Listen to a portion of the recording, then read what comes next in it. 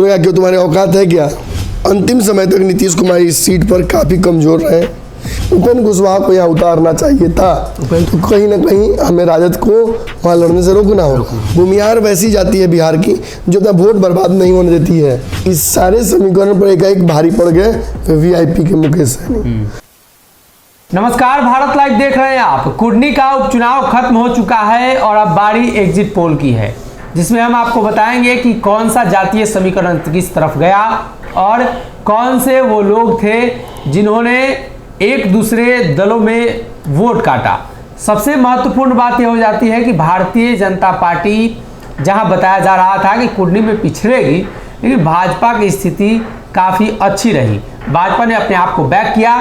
जातीय समीकरण पर गौर कर लेते हैं, उसके बाद डॉक्टर साहब से अधिक जानकारी लेंगे। कुर्नी में बात करें तो भूमिहार 42,000 हैं, यादव 47,000, ये सभी आंकड़े लगभग हैं। मुस्लिम 20,000, राजपूत 18, कायस्थ 11,000, ब्राह्मण 8,000, मल्लाह 20 से 25,000, कुशवाहा कुर्मी 30,000, बनिया 26,000, सोनार 7,000, मुसहर 26,000, पासवान 30,000, रविदास 28,000 और अन्य जातियां 15,000। ये थे वहाँ के सामाजिक समीकरण। अब कौन से सामाजिक समीकरण किस तरफ गए हैं, इस पर विस्तार से चर्चा कर लेते हैं। आपके अंदाजे में आपने पिछला चुनाव भी देखा, इस चुनाव को भी देखा, क्या अंतर लग रहा है दोनों जगह पर?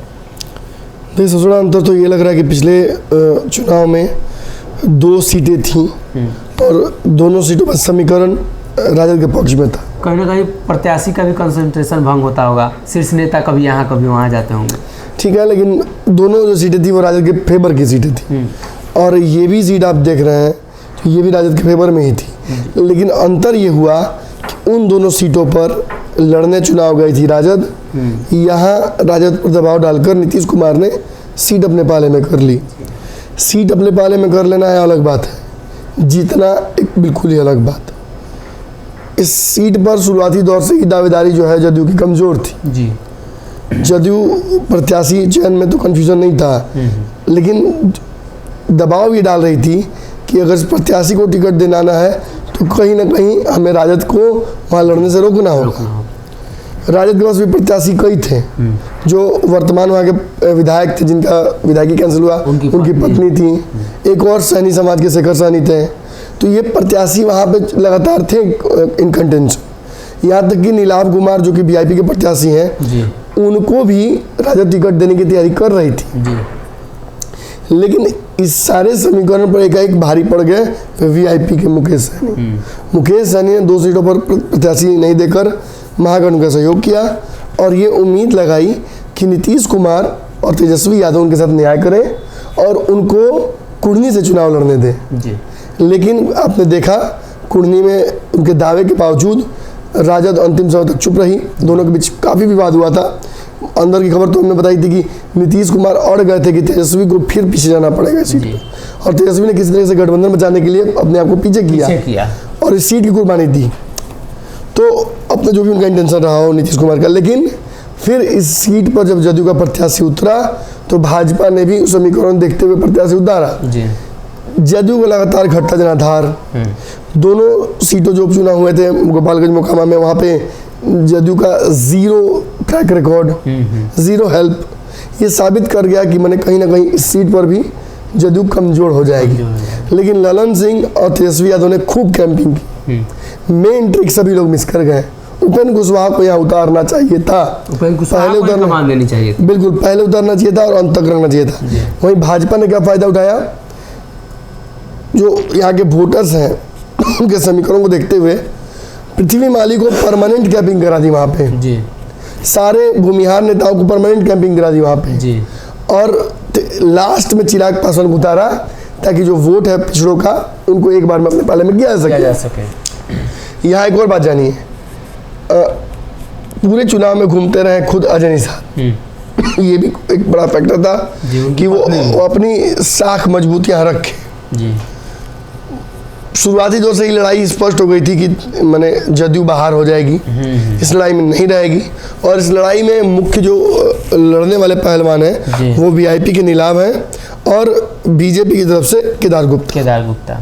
केदार गुप्ता के खिलाफ भी एंटी इनकम्बेंसी थी जी और जो मनोज कुशवाहा हैं उनके खिलाफ तो खैर नाराजगी कुशवाहा समाज में ही थी। जी हालांकि बहुत हद तक उसे मैनेज करने की कोशिश की गई, समझाने की कोशिश की गई और अंतिम दिन तक वहां बैठकर ललन सिंह ने ये प्रयास किया कि इस सीट को नाक की लड़ाई जब बताई जा रही है तो जीता जाए। क्योंकि देखिए भाजपा को एहसास बाद में कराना है, सबसे पहले एहसास कराना है तेजस्वी यादव को, जो ये बात मानकर चल रहे हैं कि जदयू अब लायबिलिटी हो गई है। जी ऐसी स्थिति में कहीं ना कहीं नीतीश कुमार को इस सीट को निकालना जरूरी था। जी लेकिन अंतिम समय तक नीतीश कुमार इस सीट पर काफ़ी कमज़ोर रहे, जिसका फलस्वरूप ये निकला कि भाजपा प्रत्याशी काफ़ी मजबूती से आगे आ गए और जो मुख्य लड़ाई है वो वीआईपी और उनके बीच में हो गई। और जो जातीय समीकरण में समझा दूँ आपको, सवर्णों की जितनी जनसंख्या है उतना ही कुल मिलाकर वोट है वहाँ पर महागठबंधन यादवों की खासतौर पर, तो उसमें तो कहीं ना कहीं एक बड़ा सेंधमारी हो रहा है। जी। जो गोपालगंज में हो रहा था सेम टू सेम कहानी रिपीट हो रही है। वहाँ मामा लड़ रहे थे तो यहाँ मुकेश सहनी लड़ रहे हैं, वहाँ अगर ओवैसी लड़ रहे थे तो यहाँ भी ओवैसी लड़ रहे हैं। ओवैसी ने जो फैक्टर वहाँ इस्तेमाल किया था और जिस वजह से वहाँ वोट कटा मुसलमानों का, वो यहाँ भी एक्टिव है। शहाबुद्दीन से की वजह से नाराज मुसलमान राजद को वोट नहीं दे रहे हैं और यहाँ भी ये जो चीज़ है वो रिपीट हो रही है। हालांकि राजद ने प्रयास किया लेकिन वो संभव नहीं हो पा रहा है। दूसरी बात जो हुई, अंतिम समय में कुशवाहा समाज के लोगों को अपने पाले में करने की कोशिश जदयू ने की, लेकिन चूंकि पृथ्वी माली लगातार वहाँ बैठ गए और आपको पता है कि वोट कितना है उनका वहाँ पे, 10,000 तो अपना वोट है माली समाज का, फिर कुशवाहा समाज का वोट है, तो दोनों में अच्छा खासा उन्होंने भी सेंधमारी की है, डोर टू डोर गए हैं। तो इस वजह से जो बड़ा वोट बैंक था सवर्णों का, उसमें भूमिहारों की सेंधमारी बहुत कम हो पाई है नीलाभ की तरफ, क्योंकि जो दो फ्रंट वहाँ चले गए थे, दो भूमिहार फ्रंट चले गए थे, दोनों आपस में इतना एक दूसरे पर छीछा लेकर करते रहे कि इस वजह से जो भूमिहार दे भी देते वोट मुकेश सहनी को, वो भी नाराज होकर सोचे ये तो वोट कट जाएगा, मेरा बर्बाद हो जाएगा। भूमिहार वैसी जाती है बिहार की जो अपना वोट बर्बाद नहीं होने देती है। अगर वो देखती है कि रुख उस तरफ है और उधर का झंडा फहरेगा तो उधर जाकर पहले बैठ जाती है, और ललन सिंह के अंतिम दिन तक बैठने का कारण भी यही था। तो कहीं ना कहीं भूमिहारों को एक स्पष्ट मैसेज गया है और मुझे लगता है कि शायद भूमिहारों ने इस बार वीआईपी को नहीं मौका दिया। हालांकि प्रत्याशी भूमिहार समाज से थे लेकिन उसका फायदा उठा नहीं पाए। कुछ तो जो प्रत्याशी हैं उनकी स्थिरता भी है, बहुत एक्टिव नहीं रहे। चुनाव से पहले कहते थे कि हर जगह भोज जाके खाते हैं, एक भी मरनी जीनी का भोज नहीं छोड़ते हैं, लेकिन यहाँ कहीं ना कहीं कमजोर दिखे। अब जातीय समीकरण से ऊपर उठ के बात करते हैं। देखिए ट्रैक रिकॉर्ड सारे प्रत्याशियों का लगभग वहाँ खराब है। नीलाभ एक नए चेहरे हैं तो फायदा उनको हो सकता है, लेकिन जो चेहरे का वोट है वो पूरे बिहार में सिमट कर बहुत कम हो जाता है। जातीय समीकरण का वोट ज्यादा होता है जाति और पार्टी के नाम पर। और आपने कहा रविदास, आपने कहा माझी समाज, आपने कहा पासवान, तो पासवान, माझी और रविदास तीनों निश्चित तौर पर चिराग पासवान की तरफ जाएंगे। लेकिन माझी जी ने जो कैंपिंग की उनकी पार्टी ने की, लंबे समय तक रहे, इसकी वजह से माझी जो वोट है उसमें मुसलमान जो वोट बैंक है वो बहुत हद तक नहीं काट पाएगी भाजपा, वो जाएगा महागठबंधन की तरफ और नीतीश कुमार को उसका फायदा मिलेगा। लेकिन अंततः मैं ये कहूँगा कि शुरुआती दौर से तो लड़ाई में केवल वीआईपी और भाजपा थी, अंतिम समय में थोड़ा बहुत लड़ाई में वापसी हुई है जदयू की, लेकिन मुझे लगता है ये ना काफ़ी है। इस समीकरण पर, इस वर्तमान जोड़घटाव पर जीत संभव नहीं है जदयू के लिए। यहाँ भाजपा आसानी सीट निकाल लेगी। फैक्टर क्या होगा? देखिए अगर मुकेश सहनी का वोट 15 से ऊपर आ जाता है तो भाजपा क्लीन स्वीप कर जाएगी। 15 से कम आएगा तो मामला इधर महागठबंधन और इसके बीच में लड़ाई हो जाएगी कांटे की। तो ये सब कुछ डिपेंड करेगा मुकेश सहनी पे। मुकेश सहनी अगर 25-30 हज़ार वोट लेके आते हैं तो भाजपा जीत रही है, नहीं लेके आएंगे। देखिए लोग उल्टा समझ रहे हैं, मैं उल्टा समझा रहा हूँ, उस दिन पर समझाऊंगा कि क्यों बोल रहा हूँ ये बात। और अगर वोट उनका कम आता है तो निश्चित तौर पर महागठबंधन को इससे फायदा हो सकता है और महागठबंधन आगे निकल सकती है। अब विशेष तो आप बताइएगा कि कैसे वोट बैंक और भी क्या है, कैसे डिवाइड होता है। जी, सवर्णों का वोट तो भारतीय जनता पार्टी का वोट पारंपरिक वोट रहा है तो उस तरफ गए, लेकिन मेन भूमिहारों का वोट था तो वो 50% से ज़्यादा भाजपा काट ले गई है जी। ललन सिंह की मौजूदगी भूमिहारों में थोड़ा बहुत असर कर पाई है जी। उस तरह के जो लोग जो ठीक है टेंडर अरे जो संगठन ही टूट रहा है, जी। धर्मरा रहा है जदयू, जी जी। वो कितने भूमिहारों का वोट दिलवा पाएगा? जो लौकुश नहीं संभाल पा रहे हैं भूमिहार कहाँ संभाल पाएंगे? और दूसरी तरफ अगर कुर्मी कुशवाहा की बात करें तो अंत समय में नीतीश कुमार ने जो रैली किया, उपेंद्र कुशवाहा ने जो डोर टू डोर कैंपेनिंग की, और तेजस्वी ने जो बयान दे दिया हाँ। कि लालू जी को हमको बताना है जी, और यादव का वोट उसमें काफ़ी फैक्टर हो गया। तेजस्वी ने लालू के प्रति जो बयान दिया उसको लेकर यादवों में अब लालू के प्रति एक सेंटीमेंट शुरू से रहा है, तो वो तेजस्वी के प्रति जाता हुआ दिखाई दे रहा है। बढ़िया वोट 100% भाजपा के पास गया है, इसलिए कि बढ़िया उम्मीदवार भी थे और बढ़िया वोट भाजपा के पास जाता है हमेशा से। उसके बाद मल्लाह वोटों की बात करें तो मल्लाह वोट में भी ज़्यादा सेंधमारी नहीं हो पाई है। पासवान रविदास वोट चिराग पासवान की वजह से भारतीय जनता पार्टी की तरफ गए हैं और मुसहर जाति के जो वोटर हैं वो उस क्षेत्र में काफ़ी संख्या में है। वैशाली और मुजफ्फरपुर के आसपास का क्षेत्र है, तो मल्लाह, कुर्मी, कोयरी, मुसहर, पासवान, इन सभी जातियों का वोटिंग प्रतिशत ज़्यादा होता है। वैसे में सबसे बड़ा यही सवाल उठता है कि मुस्लिम वोट बैंक अगर तेजस्वी के पक्ष में जाएगा तो तेजस्वी को फ़ायदा होगा। जो अभी तक खबर आ रही है कि मुस्लिमों ने इस बार ओवैसी को भी नकारा है। अगर इस तरह की बातें आती हैं सामने तो तेजस्वी के लिए फ़ायदा होगा। अगर ओवैसी गोपालगंज वाला खेल कर देते हैं तो फिर तेजस्वी यादव को नुकसान होगा। देखिए, इसलिए कहा जा रहा है क्योंकि प्रत्याशी जो दिया गया है ओवैसी के द्वारा बहुत मजबूत नहीं है, लेकिन फिर भी आप जानते हैं अच्छे से कि अगर मुसलमानों का वोट तो सीधा महागठबंधन जाना था ना, जी जी, तो उसमें थोड़ा भी कटा तो किसका कटा? महागठबंधन का। और एक बात मैं बता दूं, जाते जाते इतना जान लीजिए, एग्जिट पोल अपनी जगह पर सारा। कल एक वीडियो वायरल हुआ था जो दोनों प्रत्याशी का, मुझे खबर लगी कि तीसरा प्रत्याशी भी वहाँ था, नीलाभ भी थे जी। तो वो वीडियो लगभग ये समझाने के लिए काफ़ी है कि जिस चुनाव में किसकी जीत हो रही, किसकी हार हो रही कौन है। कितना पानी में है।